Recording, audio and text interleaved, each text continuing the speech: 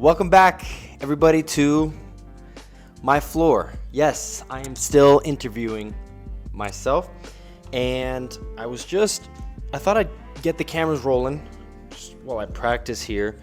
I have a pretty neat one that, combined with a couple moves that I've taught on this channel, I think you guys are gonna really like. So you just saw me perform it, and after a couple of takes. So I'm just gonna get straight into it. This is going to be a very informal one. I'll keep it very straightforward and to the point, because nobody likes a tutorial where somebody rambles on for like 30 minutes, giving you the history and backstory of something before they get to it. Some people I like to get straight to the point. If you want backstories, this may not be the channel for you. I'm just gonna get into it actually. Here, I'll just bring you guys a little closer. All right, as promised, we're gonna keep this very informal. I thought this would be a really interesting trick to show only because back to previous conversations I've had, when people ask you, show me something, and you're caught off guard, you wanna be able to pull something out that looks really impromptu and very easy, but also kind of mind-blowing as well. So this is a great one. What you're gonna do is you're gonna have them select any random card. I like to give them the deck. They pull one out. I'm gonna, just for consistency's sake, I'm gonna use a 3 of diamonds. Now, this needs to be controlled to the bottom of the deck, but you need to make it look like you've lost it. So a couple of false shuffles are gonna help.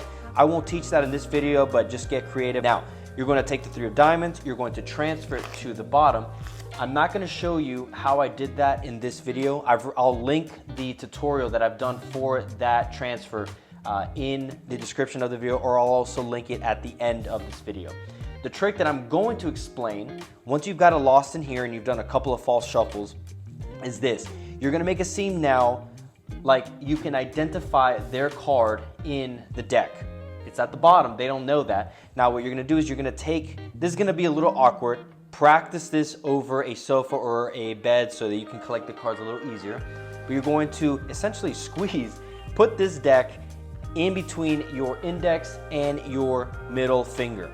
Now, your thumb is gonna come over, and I like to just throw in some pattern. I'll say, look, I'm gonna cut to the 34th card or the 22nd. You really don't know what's going on here, how many cards are at the top packet, but you're going to separate a packet with your thumb. This is gonna feel weird because you're sliding essentially off the corner, and it's gonna pick up a certain amount. Now at this point, I'm gonna go very slowly, but you're going to essentially separate both of these packets, and this packet here, I'm gonna let go of it a little bit because I need to put the focus on this packet. So I'll let it cradle here between these 2 fingers, okay?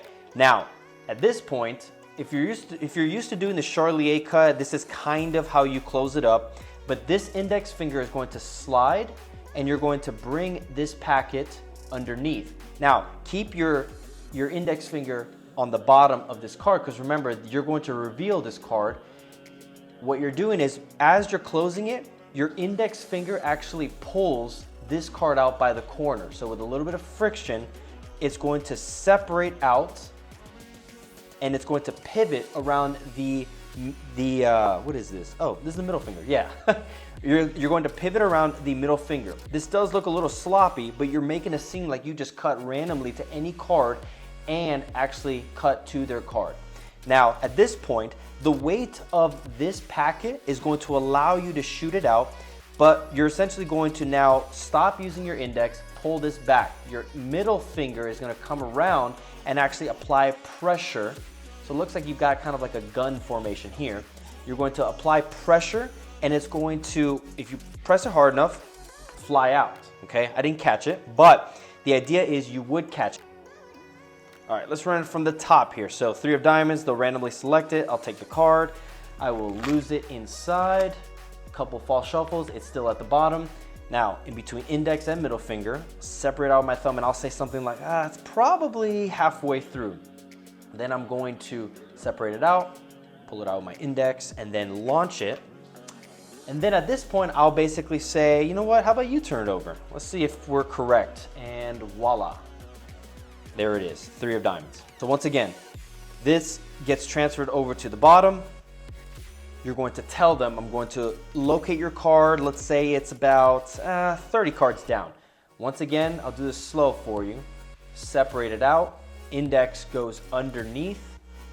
They both end up in this cradle position. Now your index finger pulls the 3 of diamonds out, pivots around your middle finger, and then bring your index finger back. Middle finger is now at the corner.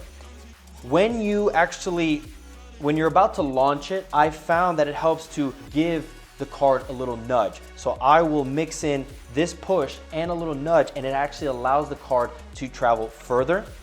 When you catch it, make sure, and this is where I like to practice it, the further the distance, the better. It just looks so much more impressive. If you launch the card out and you catch it right here, okay, that's cool. People like to see more of a grand move, right? And so launching it all the way over here and then catching it adds to that. At this point, I'll hand them this card and let them look at it, and voila, it's the 3 of diamonds. Here's one little thing that really convinces people a little more. So if you're doing a trick where you make it seem like you've lost it in the deck and then you go back and find it, that's cool and all, and you can definitely sell the fact that you've lost the card. One thing that I really enjoy is when you lose the card in, okay, and it's at the bottom, in an offbeat moment, what I'll do is I will actually take the card away. So in a Gambler's Cop, basically separate this out. You're going to bring the deck down. You're going to drop that card, and then you've actually got this card in your palm. At this point, I'll say, hey, you know what? Actually, it'd be unfair if I did the entire thing. Can you shuffle it for me? I'll give them the deck. What's this? It's got a little bit of fuzz in there. I'll give them the deck. I've still got this card. I'll drop my hand to the side, but I'll have them shuffle the cards. So when it comes back to me, they've handled it last. It sells the point a little better. So I'll take this. Now, when I bring it back, this is going to shade the card that I'm going to load underneath, okay, from their view, because ideally they'll be standing somewhere over in the front or to my left, but even on the right, it will help, because bringing the deck back over shades it. Then move into the reveal.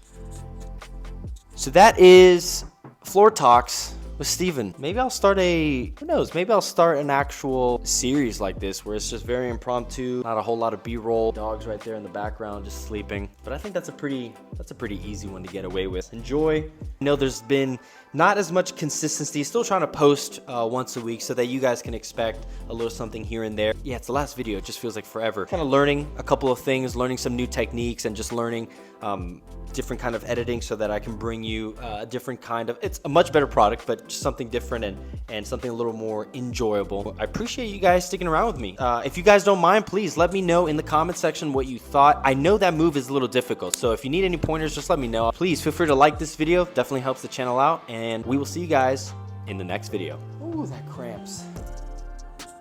I'm gonna go have a staring contest with my dog. Hey, what's been going on today? Yeah, that sounds fun. Hey, can you tell everybody why dogs like to run off without ever telling anybody where they're going? Or can you tell everybody watching at home over there, why do dogs like to run off? Probably a sense of adventure. Okay, see you later, everybody.